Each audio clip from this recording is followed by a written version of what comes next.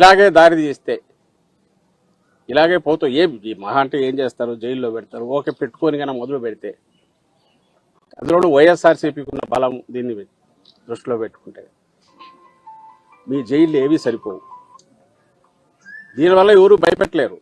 ప్రజలకు ఏదైనా సేవ చేసి ప్రజలకు చేస్తామని చెప్పినవి చేసి తద్వారా వాళ్ళ బ్లెస్సింగ్స్ ఏమైనా తీసుకోవడానికి ప్రయత్నం చేయాలి. కానీ దాని నుంచి దృష్టి మళ్లించడానికి లేదా దాన్ని ప్రశ్నిస్తారని చెప్పి ఆ గొంతు నొక్కడం ద్వారా లేదా దృష్టి మళ్లించడానికి కృత్రిమ కుంభకోణాలు మీ అంతటా మీరు క్రియేట్ చేయడం ద్వారా లేని స్కాములు అంటూ ఒక కథ అల్లి ఒక స్క్రీన్ ప్లే తయారు చేసి పాత్రలను క్రియేట్ చేసి చేయడం ద్వారా ప్రజల దృష్టి మళ్లించవచ్చు ఎల్లకాలం అనుకుంటే అది ప్రాక్టికల్ కుదరదు. ఈ సంవత్సరం అయితే అట్లే గడుపుతూ వచ్చారు, కానీ జనం అప్పటికే విసిగిపోయినారు. ఎల్లకాలం అయితే అదే కుదరదు. అయిపోయింది, సంవత్సరం అయిపోవచ్చింది. ఇంకా వాస్తవ ప్రపంచంలోకి రావాలి. రాకపోతే అసలు 5 ఏళ్ళు కూడా జనం వెయిట్ చేయకుండానే తరిమి కొట్టే రోజు త్వరలోనే ఉంటాయనేది స్పష్టంగా కనిపిస్తుంది. సహకరించాలి, దర్యాప్తుకు సహకరించాలి.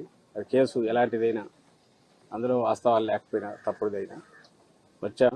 వాళ్ళు అడిగిన ప్రశ్నలన్నిటికీ సమాధానాలు ఇచ్చాం. గతంలో కూడా చెప్పాము. అప్పుడు బై ఎలక్షన్ జరుగుతున్నందువల్ల నేను ఇక్కడ లేను. దానికి సంబంధించిన ఆధారాలు కూడా ఇంతకుముందే ఇచ్చాం. అయినప్పటికీ మళ్ళీ పిలిచారు. సో మీ సూచనల ప్రకారమే జరిగిందా అని ఇలాంటి క్వశ్చన్లు అన్నీ వేశారు.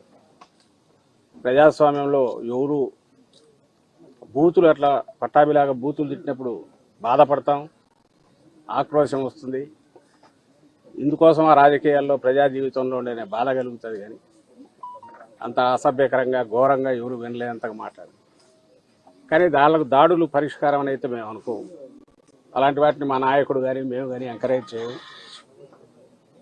బట్ సంయమనం అనేది ఆ వైపు ఉండాలి. ఉంటేనే రెండో ఇప్పుడు రియాక్షన్ ఎవరన్నా, అందులో జగన్మోహన్ రెడ్డి గారు లాంటి ప్రజానాయకుడు, ప్రజల్లో బలమైన పట్టు అభిమానం ఉన్న నాయకులు, అభిమానులు చాలామంది ఉంటారు. వాళ్ళు పార్టీ కార్యకర్తలే కాదు, అన్ని రకాలుగా ఉంటారు.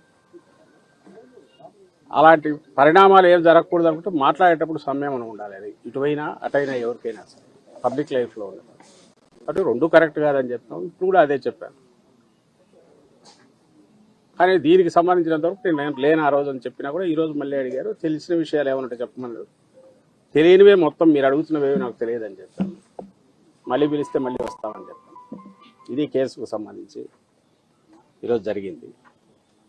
ఇది కాక ఎలాగో సందర్భం వచ్చింది కాబట్టి ఇక్కడికి వచ్చాం. మీరంతా మీడియా మిత్రులు ఉన్నారు కాబట్టి ఈ సంవత్సరంగా మీరు చూస్తుంటే అది రోజు రోజుకు పెరిగిపోతుంది.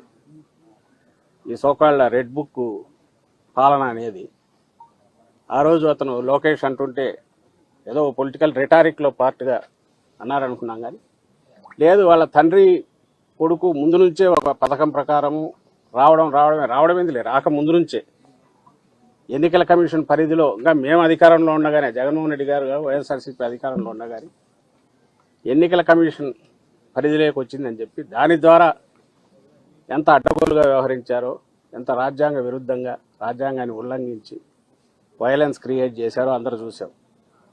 ఇంకా ఆ తర్వాత ఏకంగా పరిపాలనలోకి వచ్చినాక ఒక పథకం ప్రకారం అంటే అది రాసుకోవడం, నువ్వు సంతకం పెడతావో లేదో వచ్చిన వాడికి అక్కడ ఉండకపోయినా కేసు పెట్టడం, మేజిస్ట్రేట్ దగ్గరికి తీసుకోవడం, రిమాండ్కి పంపించడం, ఆ తర్వాత ఇంకోటి ఏదో పెట్టడం. దానికి ఆ టైంలో ఎవరైతే నిందితుడిగా వీళ్ళు పెడుతున్నారో వాళ్ళు అక్కడ ఉండడం అవసరంలా, లేదా రాయించిన వాడు ఎవడో వాడికి పరిచయం కూడా అవసరంలా. కేవలం ఈ నిందితుల మీద చంద్రబాబు గారి దగ్గర మొదలు పెడితే కింద వరకు స్థానిక నాయకుడి వరకు ఎవరికైనా కోపం ఉంటే చాలు, అది వ్యక్తిగతమైన కావచ్చు, ఇంకో రకమైనదా కావచ్చు, పెట్టు కేసు ఎత్తి ముందు లోపల పడేది. వేల మంది అవుతున్నారు.